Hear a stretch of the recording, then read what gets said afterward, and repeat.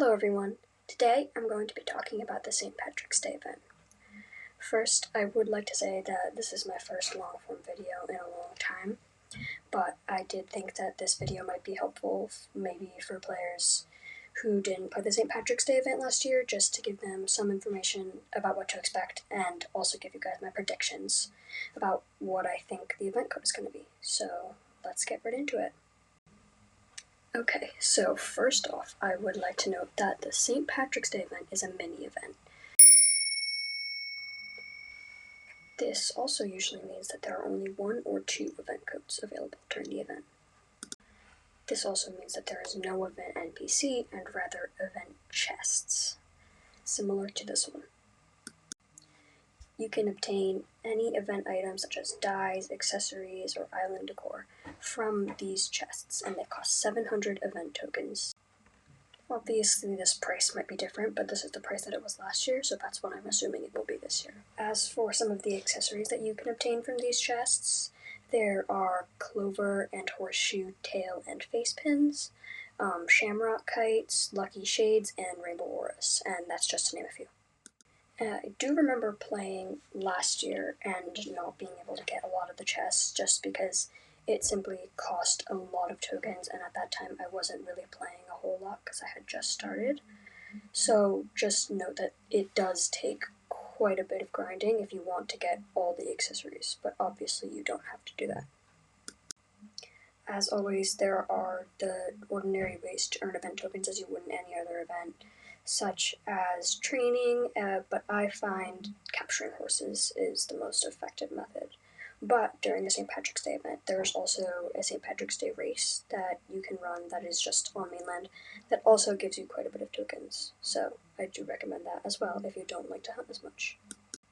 And as I have stated in previous videos, make sure you have inventory spaces open for the event, especially with the chests, because you're gonna want space for the accessories as well as for capturing horses, if you do mass capture.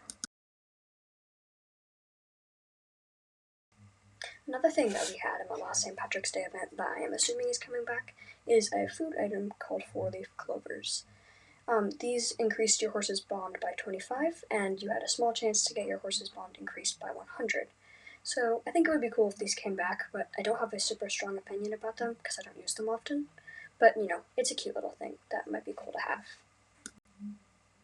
Now that I have covered most of the things that you need to know about the previous events, I would like to talk about what I am hoping will be coming for this event.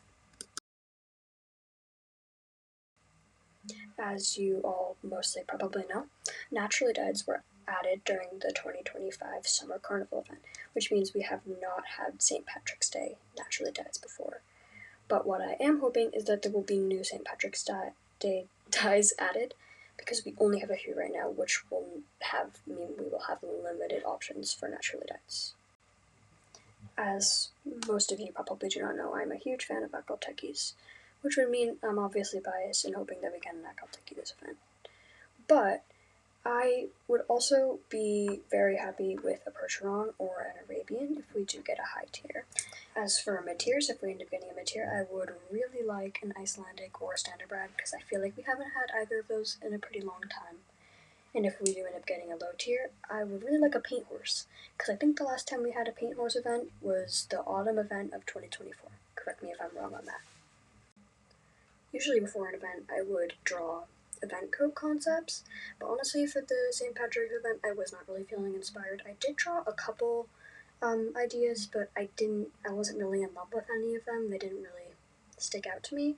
So honestly, I have no predictions at all. I feel like most events, Trick always surprises me with whatever codes he has, and obviously they're always gorgeous. But I honestly have no idea what to expect. I would like a rainbow coat, but I know we did already get that in the first St. Patrick's Day event, so that probably won't happen. But I do like naturally themed codes like animals or plants, so I feel like something like that would be cool. And with that, I think I've mostly covered everything that I wanted to cover in this video. I am so excited for the St. Patrick's Day event, and I can't wait to see all the cool captures that everybody gets and the cool event codes and everything that will be coming. So let me know what your guys' predictions are, and let me know what you're most excited for in this event. Also, if you did enjoy this video, please consider subscribing or commenting or liking it. I really appreciate it, and it always makes my day. With that, I'm going to be calling it here. Goodbye!